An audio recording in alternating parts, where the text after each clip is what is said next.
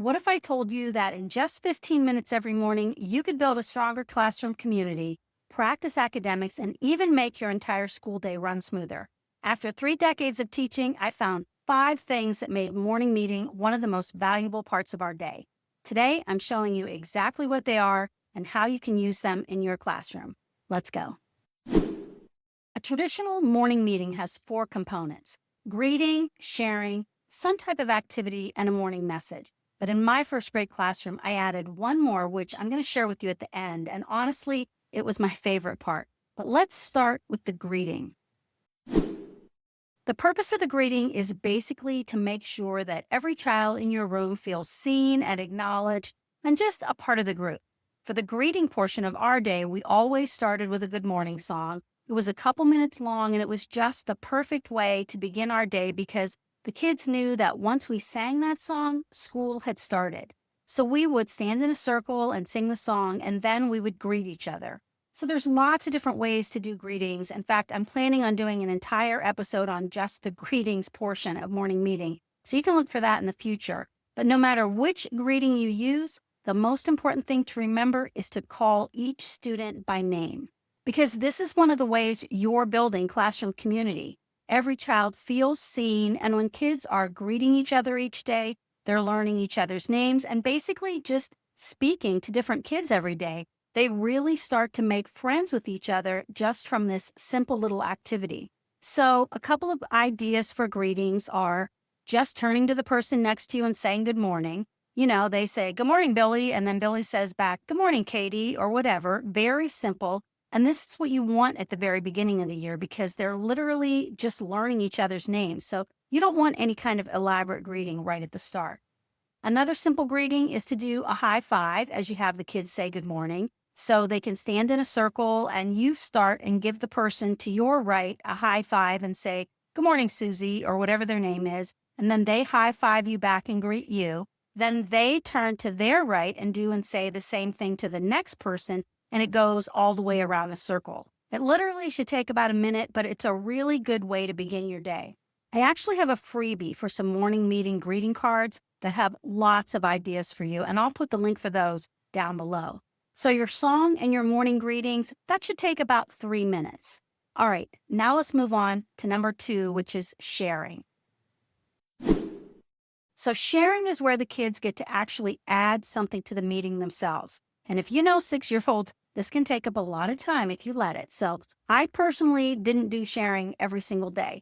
I'd either do sharing or number 3, which was an activity. And we'll talk about that in a minute.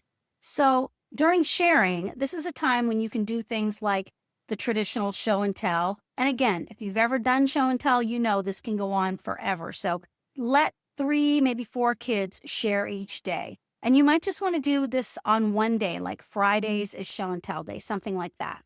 Another way to do sharing is with a question of the day. You can pose a question to the group and call on maybe 3 kids to answer the question.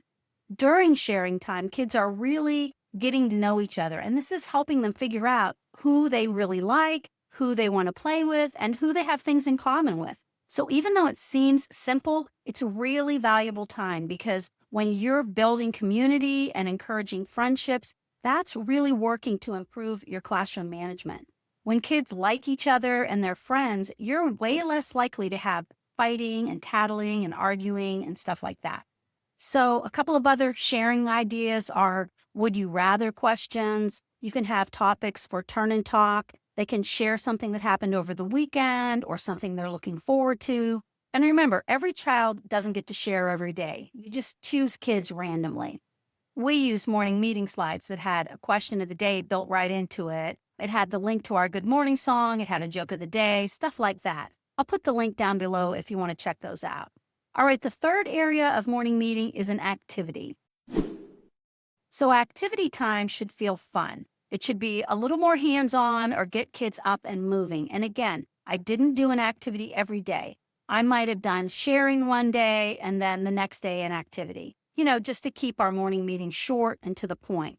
So for activities, this is when you can do things like brain breaks on YouTube, maybe like a little 2-minute dance party to start your day, a little yoga. You could do a feelings check-in where you put like 4 faces on the board, like a smile, a frown, sad, and excited, and then give all the kids a dry erase board and a marker, and they can draw how they're feeling. Then you can have everybody show their board if they're comfortable, and if they don't, that's fine. Not everybody has to share their feelings. And then, your morning meeting activities don't have to be just one more thing to do. They can be academic too. Like maybe your activity for the day can be a game of Word Wars, which is a game that we used to play in my room. And to play, you give all the kids a dry erase board and a marker, and then you say a spelling word or a CVC word or whatever words you're working on. And then they have to write it as fast as they can, spelled correctly, and then they hold up their board to see who can be the fastest one. So my kids would hold up their boards and I'd be like, yep, yep, yep, if they got it right. And then if they didn't, I'd say, oops, check your spelling, and they'd have to try it again. So it was just a super fast game, but a great way to practice sight words or spelling or whatever. And you can play it with math facts too. So we love Math Wars and Word Wars. So for your activity time, you want it to be something that you can literally do in like 2 to 3 minutes and move on. All right, the fourth part of morning meeting is your morning message. Now, morning message is going to vary from day to day, and it can get a little more complicated as the year progresses. It's literally a message that you write to the kids every day. And in the beginning, it's just a simple way to sort of tell the kids what's happening for the day. But as time goes on, it really becomes a super valuable time of your day because you can use your message to reinforce different skills that you're teaching in class. So for instance, you might write something simple like, "Dear class, today is Tuesday. We have gym. We are having pizza for lunch in the cafeteria. Your friend, Mrs. Schwab." But when you're writing your message, you're going to purposely make mistakes in the message and see if the kids can spot them. You might forget a capital letter or forget to leave spaces between your words. You can misspell a sight word, and then you can have kids come up and highlight the mistakes, and then you can fix it. I used to have what we called boo-boo tape, which is this white correction tape made by Post-it, and we would cover the mistakes in the message, and then I'd have the kids write it correctly. So suddenly, your morning message becomes a little word work lesson. It's very quick, but you get a lot of bang for your buck out of that little message. All right, and then I told you at the beginning I had one more part to our morning meeting, and that was our daily calendar. Our calendar time was something we did every day without fail, and I would never give it up. We could review so many math skills during calendar, and it was totally worth it. So we had a digital calendar, but you could also set it up on a bulletin board in your room too. We did a monthly pattern on the actual calendar, and the patterns got harder and harder as the year went on. We learned the days of the week. At the start of each new month, we sang our months of the year song. We would count our days in school, and we learned place value with that. We would talk about the weather and dress weather bear each day. We learned our shape of the week. We counted money. I mean, just so many skills. But we didn't do every single one of those things every day. We'd always do the calendar and the counting how many days we'd been in school, and then we might add one other part of the calendar each day. So for your actual morning meeting schedule, it could look like this. Your greeting would be like 2 to 3 minutes. Sharing or the activity would be 3 minutes. Morning message, maybe 4 to 5 minutes, and your calendar would maybe be 5 minutes. So total time is around 15 minutes. Some days are going to be longer or shorter. It's just a framework. All right, next week, I'll be back to give you lots of specific ideas for how to spice up your morning meeting greetings throughout the year. So be sure and come back for that. I'll put the links to everything I mentioned today down below. And until next week, remember to make learning feel like play. Talk to you soon.